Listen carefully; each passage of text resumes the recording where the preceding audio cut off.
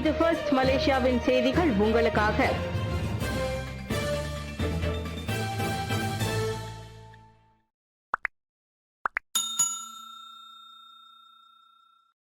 இருமுறை தடுப்பூசி செலுத்திக் கொண்டாலும் கோவிட் தொற்று தாக்கும் அபாயம் உள்ளது. ஒருவர் 2 முறை கோவிட் தடுப்பூசி செலுத்திக் கொண்டாலும் அவருக்கு கோவிட்-19 நோயினால் பாதிக்கப்படுவதற்கான சாத்தியம் இருக்கிறது. ஆயினும் அதன் தாக்கம் மோசமாக இருக்காது என்று சுகாதார தலைமை இயக்குநர் Tan Sri doctor Noor Hisham Abdullah தெரிவித்தார். இந்நிலையில் ஒருமுறை தடுப்பூசியை செலுத்திக் கொண்ட பின்னர் கோவிட்-19 நோய்க்கு ஆளான அனைத்து சுகாதார ஊழியர்களுக்கு மோசமான அறிகுறிகள் தென்படவில்லை என்றும் அவர் கூறியிருக்கிறார். இப்பெரும் தொற்றை எதிர்த்து போராடுவதற்கான நம்பிக்கையை தடுப்பூசி வழங்கினாலும் அதனை முழுமையாக பெற்றுக்கொண்ட பின்னரும் பொது சுகாதாரத்தை தொடர்ந்து கடைபிடிக்க வேண்டும் என்று அவர் குறிப்பிட்டார். அனைவரும் பாதுகாப்புடன் இருக்கும் வரையில் ஒருவரும் பாதுகாப்பாக இருப்பதற்கு உத்தரவாதம் கிடையாது என்று தெரிவித்த அவர் தொடர்ந்து செயல்பாட்டு தர விதிமுறைகளை பின்பற்றுமாறும் வலியுறுத்தினார்.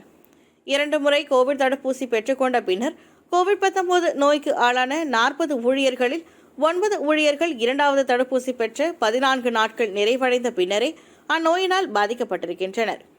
2வது தடுப்பூசி பெற்ற 14 நாட்களுக்குள்ளேயே எஞ்சிய 31 பேரும் பாதிக்கப்பட்டிருப்பதாக டாக்டர் நூர் ஹிஷாம் தெரிவித்தார். இந்நிலையில் முதல் தடுப்பூசி பெற்றுக்கொண்ட 142 சுகாதார ஊழியர்களுக்கும் தடுப்பூசி பெறுவதற்கு முன்னதாகவே 244 பேருக்கும் அந்நோய் பரவியிருக்கிறது. மாய்காவிற்கு ஆதரவு இல்லை ஐபிஎஃப் திட்டவட்டம்.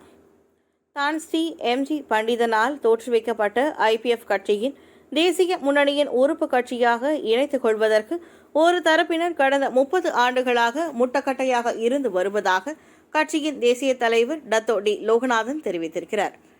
இதன் பொருட்டு தேசிய முன்னணிக்கு ஐபிஎஃப் தொடர்ந்து நிறைவான ஆதரவை வழங்கி வந்தாலும் இந்தியரை பிரதிநிதிக்கும் அதன் உறுப்பு கட்சிக்கு கட்டாயம் ஆதரவு வழங்காது என்று கட்சியின் சார்பில் அவர் நேற்று திட்டவட்டமாக கூறியிருக்கிறார். கட்சி தொடங்கப்பட்ட காலம் முதல் மறைந்த முன்னாள் தேசிய தலைவர் டத்தோ எம் சம்பந்தன் காலம் வரையில் ஐபிஎஃப் தொடர்ந்து தேசிய முன்னணியின் வெற்றிக்கு பக்கபலமாக இருந்து வருகிறது. எந்த தரப்போடும் சண்டையை வளர்த்து கொள்ள ஐபிஎஃப் விரும்பவில்லை. மாறாக அனைத்து கட்சிகளுடன் இணைந்து செயலாற்றவே அது விருப்பம் கொண்டுள்ளது. ஆனால் ஐபிஎஃப் கட்சியுடன் இணைந்து பணியாற்றுவதற்கான பேச்சுவார்த்தைக்கு கூட சம்பந்தப்பட்ட அக்கட்சி தலைமைத்துவம் தயாராக இல்லை என்றும் டத்தோ லோகநாதன் கூறினார். ஐபிஎஃப் கட்சியை விட்டு தனிநபர்கள் வேறு கட்சிக்கு செல்ல விரும்பினால் கட்சி அவர்களை தடுக்காது. ஆனால் ஒரு காலம் கட்சியை கலைத்துவிட்டு மாய்காவில் ஐபிஎஃப் இணைந்து கொள்ளும் சாத்தியம் இல்லை என்று அவர் தெளிவுபடுத்தினார். புட்டியல் முறையில் தடுப்பூசி விநியோக முறை இம்மாத இறுதியில் வெளியிடப்படும். தமது தயாரிப்பிலான தடுப்பூசி விநியோக செயல்முறைக்கு அதனை புட்டியலிடுவது தொடர்பான முடிவை இந்த மாத இறுதிக்குள் தேசிய மருந்தக சீரமைப்பு பிரிவான என்பிஆர்ஏ வெளியிடும் என பெர்மானியாக நிறுவனம் எதிர்பார்க்கிறது.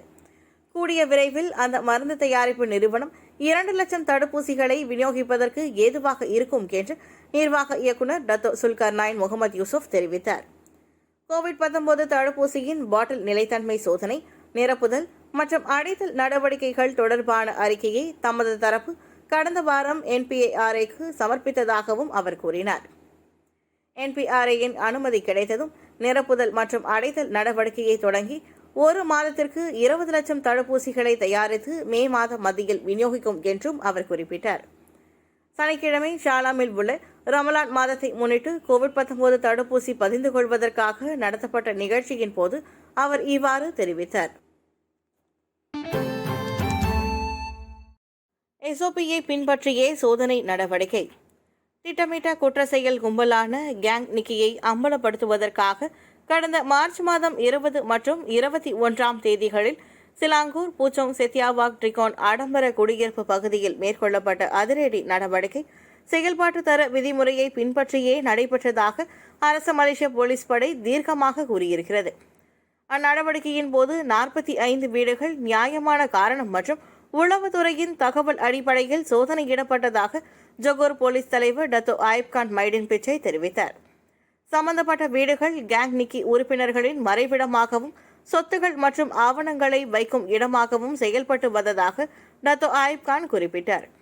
2012ஆம் ஆண்டு பாதுகாப்பு குற்றவியல் சட்டம் மற்றும் குற்றவியல் நடைமுறை சட்டத்தின் கீழ் இச்சோதனை நடவடிக்கை மேற்கொள்ளப்பட்டதாக அவர் தெரிவித்தார். இச்சோதனை நடவடிக்கையில் பல்வேறு துறையைச் சேர்ந்த 220 அதிகாரிகளும் போலீஸ் உறுப்பினர்களும் ஈடுபட்டதாக டத்தோ ஆயிப் கான் தெரிவித்தார்.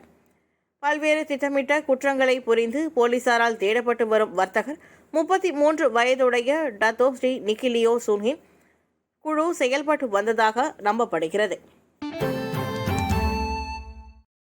அடையாளம் தெரியாத எரிந்த நிலையிலான சடலம் ஒன்று மீட்பு.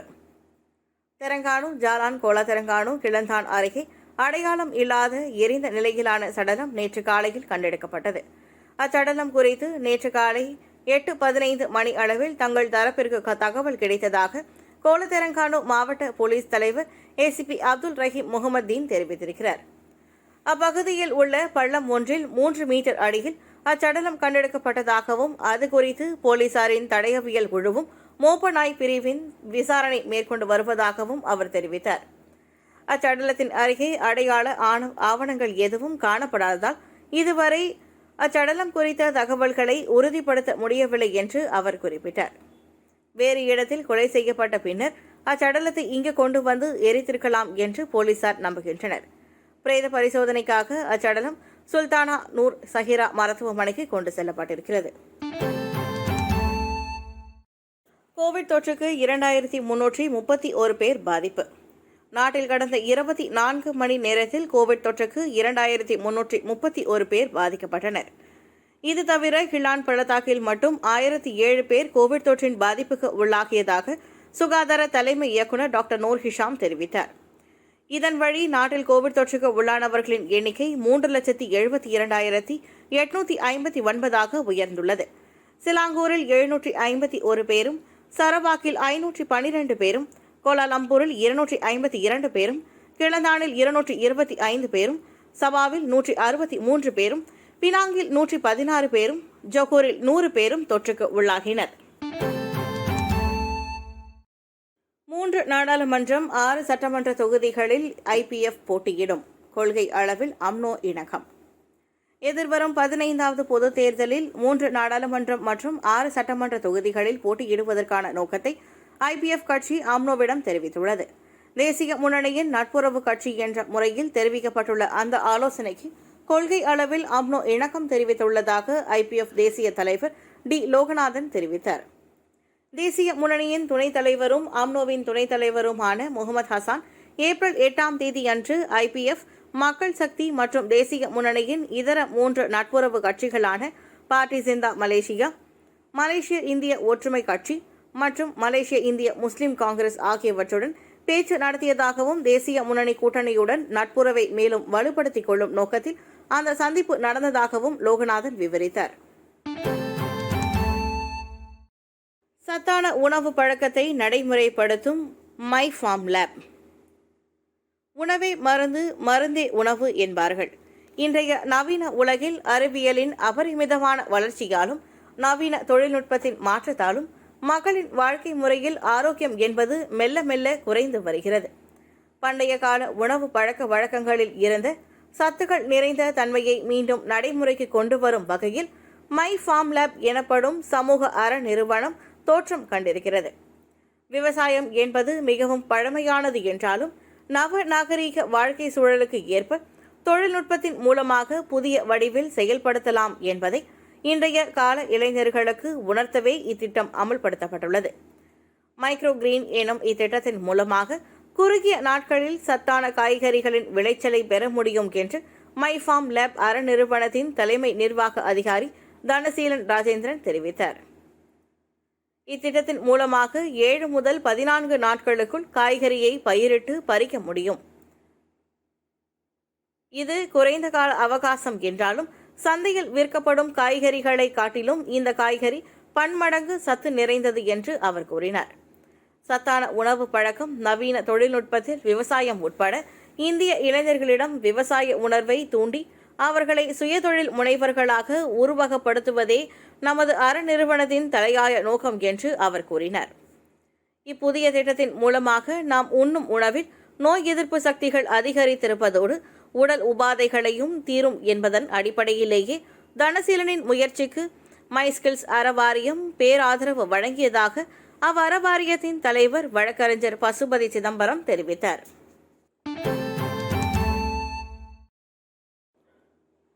காவல்துறையின் மரியாதையோடு 78 குண்டுகள் முழங்க நடிகர் விவேக் உடல் தகனம். காவல்துறையின் மரியாதையோடு 78 குண்டுகள் முழங்க நடிகர் விவேக்கின் உடல் தகனம் செய்யப்பட்டது.